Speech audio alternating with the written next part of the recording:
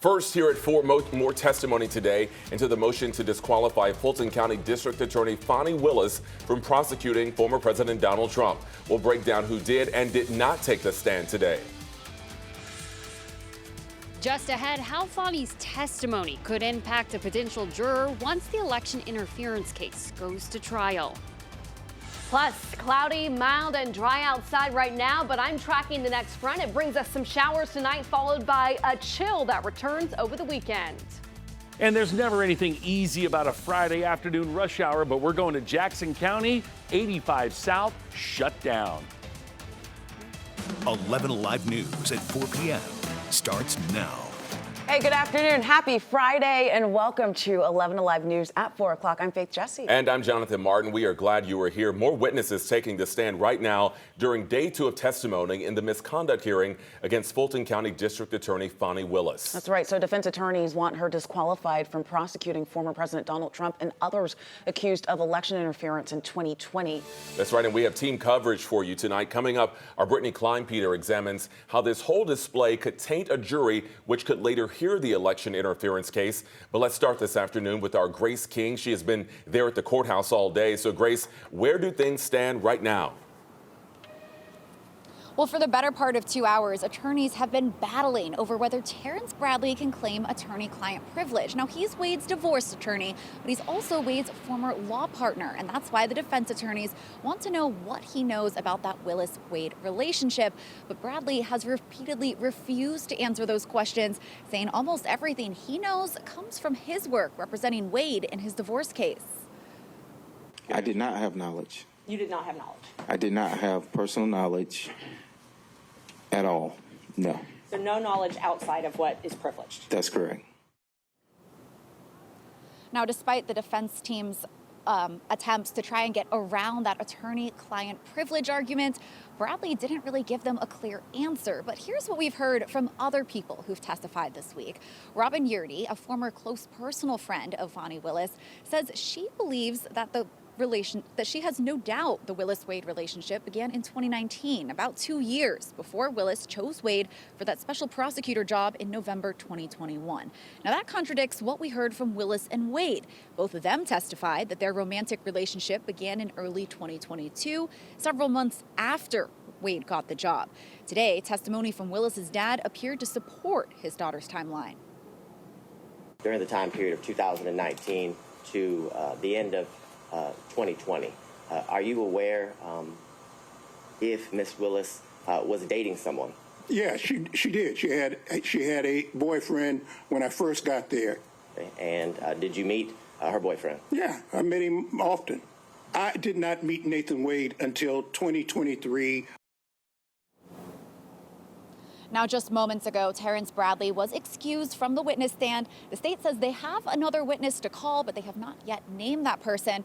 We'll, of course, bring you coverage as we learn who that person is and what they have to say. A great timeline and great breakdown, Grace. Thank you so much. Well, the judge has already said he wants to take time to weigh everything that's been presented before issuing a ruling. And as we wait for that decision, 11 Alive's Brittany Kleinpeter is looking at how this testimony this week could impact the potential jury pool in the election interference case if it goes to trial. I'm not on trial, no matter how hard you try to put me on trial. People watching the misconduct hearing unfolding inside the Fulton County Courthouse liken it to a soap opera. You started dating shortly thereafter, correct? A lie. That's one of your lies. I mean, I get, she's trying to defend herself, but there were times where it kind of veered into reality television. While Fulton County District Attorney Fani Willis did not return to the stand today. Attorney and Emory Law professor John Acevedo, who's not associated with the case, says the last 2 days have been an example of gamemanship in defense attorneys' attempt to reach potential jurors. So for potential jurors, one thing most individuals don't like is government waste. So the idea that there might have been financial improprieties between the special prosecutor and District Attorney Wade potentially could poison jurors against the District Attorney's office. Coming up at 5, I'll have more on how this testimony could impact other cases that the DA's office is overseeing in Fulton County. Reporting outside the Fulton County Courthouse, Brittany Kleinpeter, 11 Alive News. All right, our thanks to Brittany for that report. Now, if you missed part of DA Willis's testimony, you can find it in its entirety on our 11 Alive Plus streaming app. It's on demand on that front page. Just download the app for free from your Roku, Amazon, or Apple TV streaming device. Then scroll the carousel on the front page of that app to rewatch her statements. Well, less than 1 hour ago, a New York judge ordering former President Donald Trump to pay $364 million stemming from his civil fraud trial. New York's Attorney General sued Trump, you might remember, in 2022 over what she said were years of deceptive practices as he built his company. Trump says the lawsuit was politically motivated and the judge was biased against him. The case revolved around the former president inflating his wealth on financial statements that were given to banks, insurers, and others to make deals and secure loans. All right, we want to bring the rest of our team in here at 4 o'clock. We have meteorologist Melissa Nord and Atlanta traffic expert Crash Clark here with us to talk about what we saw was a pretty nasty shutdown on one of those roads. Yeah, we're going to go to Jackson County, all lanes shut down. But first, we want to talk about this cold weather that's going to be moving in chilly weekend this weekend. I hope you didn't get too used to the 60s. I did. It's February. We did. You did. You did, Jonathan. I love that. Yeah, it's getting colder for the weekend. It's not going to be a long-lived cold snap, but it will be a kind of shock to the system by tomorrow morning. But let me show you what's a precursor to that cold weather, and that is some clouds and eventually some showers. You notice here our live camera at Georgia Tech. They've got that first pitch at Rush Chandler Stadium getting ready to happen right now. Cloudy skies in the background. 65 degrees outside in Atlanta today right now. So although it's cloudy, it is still mild. It is still dry, but that's going to change. Notice some showers up in western Tennessee, pushing in towards the Nashville area. This is the next weather system. It's going to slide in tonight. It's going to bring us a few showers, mostly while you're asleep. You notice these showers starting to come in around 10 o'clock towards northwest Georgia, sliding into the Atlanta area 2, 3, 4 o'clock in the morning. But by 7 o'clock, they're out of here and that cold settles in.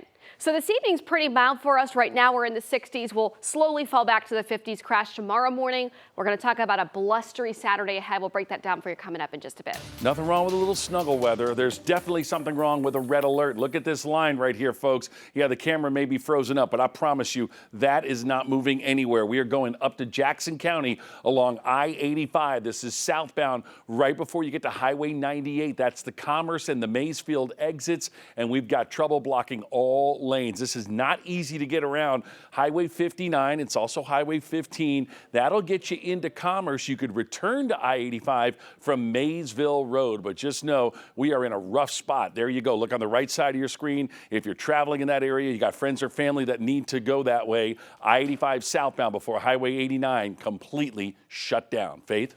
A nasty shutdown right there. Crash, thank you so much for bringing that to us.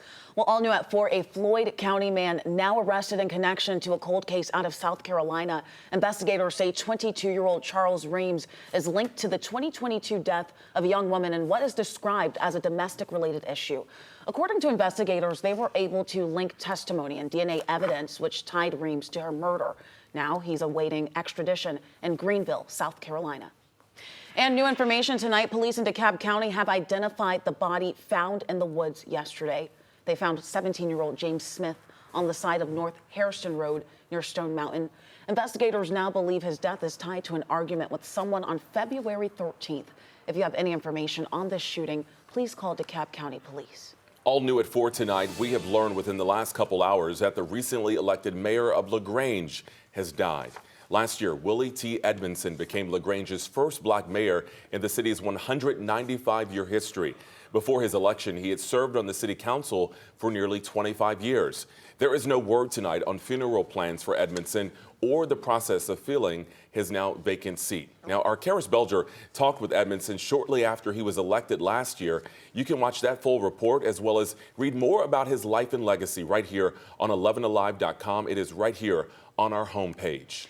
And you can now add one more event to Atlanta's growing list of major events. And this one is for our ladies out there. Today at City Hall, Mayor Andre Dickens making the announcement that Atlanta will serve as the host of Black Girls Rock, the awards set for June 27th. So the event has been in place since 2006 and frequently showcased remarkable women in the community, while they've also lifted others in their climb to the top. Mayor Dickens says bringing this event back to Atlanta serves to spotlight the city's overall diversity on a national and global stage. Time and time again, Atlanta has been nationally recognized for our commitment to championing diversity, gender equality, and inclusion efforts because we believe in the power and the promise of women and girls. Now, along with this award show, officials with Black Girls Rock say there will also be a citywide multi-day festival bringing more excitement to the A. And Jonathan, this award show has given recognition to so many people in different spaces, from STEM to entertainment and art. So it's great to see it coming back to Atlanta. Yeah, and there's always a lot of star power. I believe Michelle Obama was on the awards years ago, Janelle Monáe. So they have the celebrities, but also the people, everyday people doing big things. And so it's great to be celebrated. It's going to be huge. Can't wait for it. All right, well, coming up, a vocal opponent of Russian President Vladimir Putin dies while behind bars. Coming up at 4, why the U.S. is now holding Putin responsible. Coming up next, Ronald Acuna Jr. is at spring training early, and the star outfielder had a ton to say about his prospective Braves season. That's next. And the red alert continues in Jackson County on 85 southbound Highway 98. It's all shut down, but a peek right here at your downtown drive. It's a crowded Friday. 11 Alive News at 4 coming right back. And welcome back to 11 Alive News at 4. Well, today leaders from around the world are blaming Vladimir Putin for the death of an opposition leader in Russia that was in prison. The Russian prison service says Alexei Navalny died after collapsing and losing consciousness in prison. Now, he had been the fiercest foe of Russian President Putin as he crusaded against official corruption and staged massive anti-Kremlin protests. President Joe Biden saying that he was not surprised and outraged by the news of Navalny's death. Make no mistake, Putin is responsible for Navalny's death. Putin is responsible. What has happened to Navalny is yet more proof of Putin's brutality. So Alexei Navalny was 47 years old. Tonight, 2 juveniles are facing charges in connection to the shooting at the Kansas City Chiefs Super Bowl celebration parade. 1 woman was killed and 22 people were injured on Wednesday outside Kansas City's Union Station where the parade was ending. 2 juveniles are now being held on gun-related and resisting arrest charges. More charges are expected to be added. The father of the teenager convicted for killing 4 students in a deadly mass shooting in Michigan is now seeking for a venue change for his upcoming trial.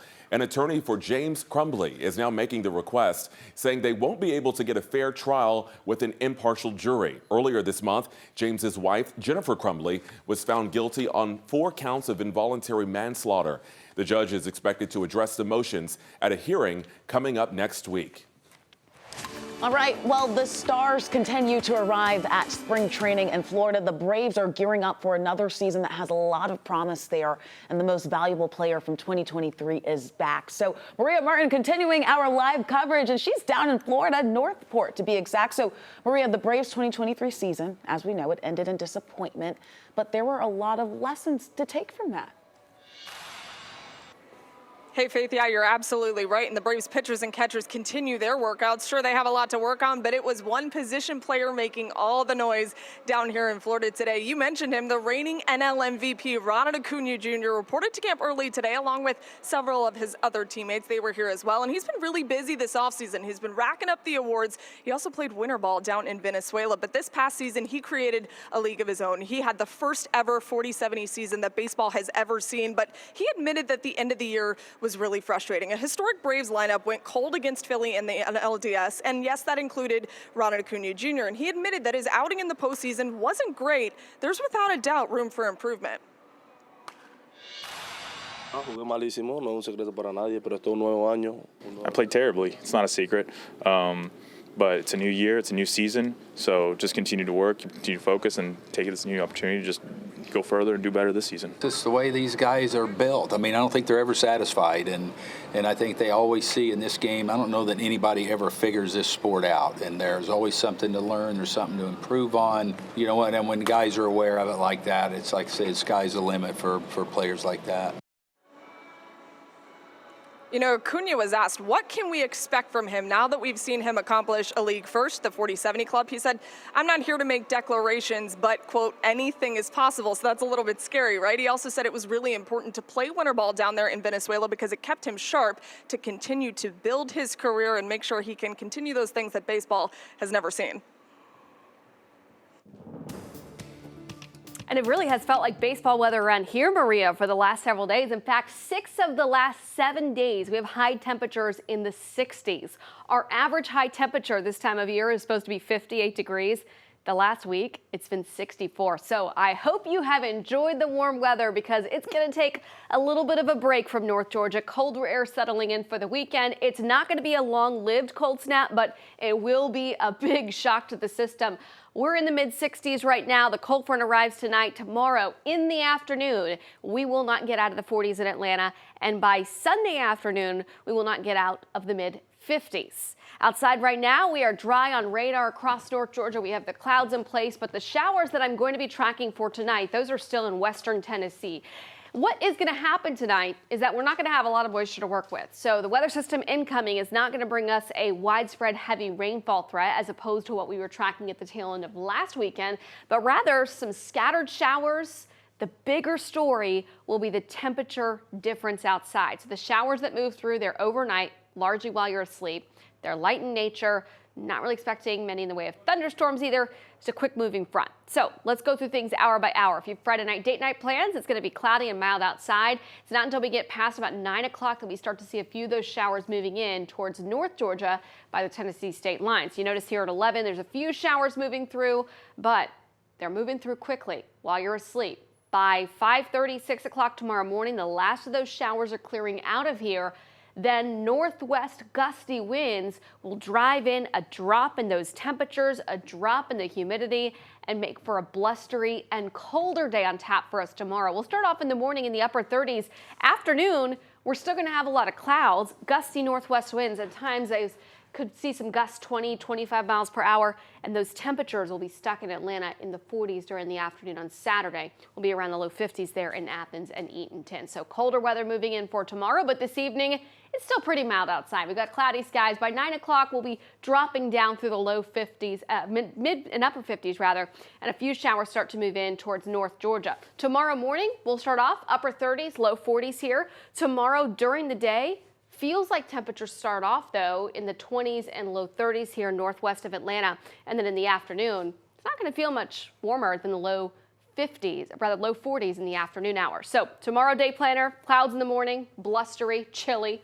Clouds at noon, blustery and chilly. And then by the late afternoon, about 48. We'll drop down below the freezing mark on Sunday morning, Sunday afternoon, up to a high of 53, climbing up at the end of the week in through the 60s. All right, we have a red alert. Let's talk about what's happened on the roads. Crash Clark. Yeah, Melissa, we're going to have a red alert, but we're going to give you a little bit of good news with that red alert. It's not going to help a whole lot, but we had all lanes shut down, 85 southbound before Highway 98 up in Commerce. They did manage to open one lane, but you only have 2 lanes out there, so still a rough haul getting into Commerce on I-85. 75 south, a little bit tricky through Marietta, had a stall near the perimeter that added to those delays. Speaking of stalls, they're moving this one out of the left lane, 285 westbound past Roswell Road, but that's adding to a very heavy ride from Sandy Springs, making your way across the river towards Cobb County. And of course, that downtown connector is packed in, 85 southbound all the way around the Grady Curve, even northbound, a little bit of a heavy ride. And there's a live look showing that connector 85 in Midtown. Jonathan? Crash, thanks so much. If you take Ozempic or Mounjaro to help with treating diabetes, prices are going up. Find out how much you will have to pay for the treatment coming up. And Prince Harry was on a bit of a downward slide this week. We'll explain the good cause which made him go head first. You're watching 11 Alive News at 4. Lisa Lopez Galvan, a popular radio host in Kansas City, you may remember, lost her life when shots rang out at the victory parade this week for the Super Bowl champion Kansas City Chiefs. Well, now a person who's been at a lot of the games, a mainstay at Chiefs games this season, Taylor Swift, is stepping up in a big way to help her family. She made 2 donations, each of $50,000, on a GoFundMe page for Lopez Galvan. The page initially placed a goal of $75,000, and so far the total now sits at $250,000. Swift also saying, "Sending my deepest sympathies and condolences in the wake of your devastating loss. With love, Taylor Swift." Well, this week, Prince Harry got a chance to do something which he says everyone should give a try. He raced headfirst on a tiny skeleton sled, going more than 60 miles an hour down a track in British Columbia. Now, Prince Harry was there with his wife Meghan, the Duchess of Sussex, to visit athletes at training camps and also to promote next year's Invictus Games. This is an event that Prince Harry founded for wounded, injured, or sick service personnel and for veterans after he served in Afghanistan. Well, more news from Prince Harry. Earlier today, he revealed he's considering now becoming an American citizen. This is 4 years after he and Meghan announced they would end their royal duties and move to California, though he says it is not a high priority at this point. You know, last month we told you right here on 11 Alive News at 4 that singer Gwen Stefani is reuniting with her former No Doubt bandmates for Coachella coming up in April, but she has revealed a slight problem. Stefani admits she has some studying to do because this week on the late night talk show circuit, she revealed that she doesn't remember a lot of the lyrics. Stefani and the band haven't started rehearsing yet, and she has to relearn, she says, at least 8 songs, maybe 9, she says, ahead of the big show. So that's surprising. Like riding a bike. I'm sure she remembers the big songs, but sometimes there are those songs you don't perform too often that you're like, wait, what did I write? Plus, I mean, if you think about it, didn't that band form when she was 17 years old? It's been a long time. Oh, yeah, that's true. Think about something y'all were doing when you were 17. I can't remember what I have for breakfast. Yeah, but I, like I said, it's probably some of those songs that just you don't perform for 15 years, and you're like, wait, I don't know. But yeah. I'm sure the audience will remind her if she forgets a line. Yeah, that's true. The audience always knows. That's when you just do one of these? Absolutely. Yeah, I love it. All right, I'm going to do one of these. I'm going to point at some folks over there because it's not the worst Friday rush hour I've ever seen, but then again, you may not want to be part of it. This stalled 285 westbound right past Roswell Road, now blocking up a left lane. They were trying to move it out of the way. That didn't happen. All of a sudden, that red stretching back into the Dunwoodies. I'll get you an update on it. Melissa? And outside right now, it's cloudy and mild and dry, but I'm tracking a frontal system west of our area that will bring some showers tonight and a big chill in the air for your weekend. We'll break that down for you next on 11 Alive News at 4.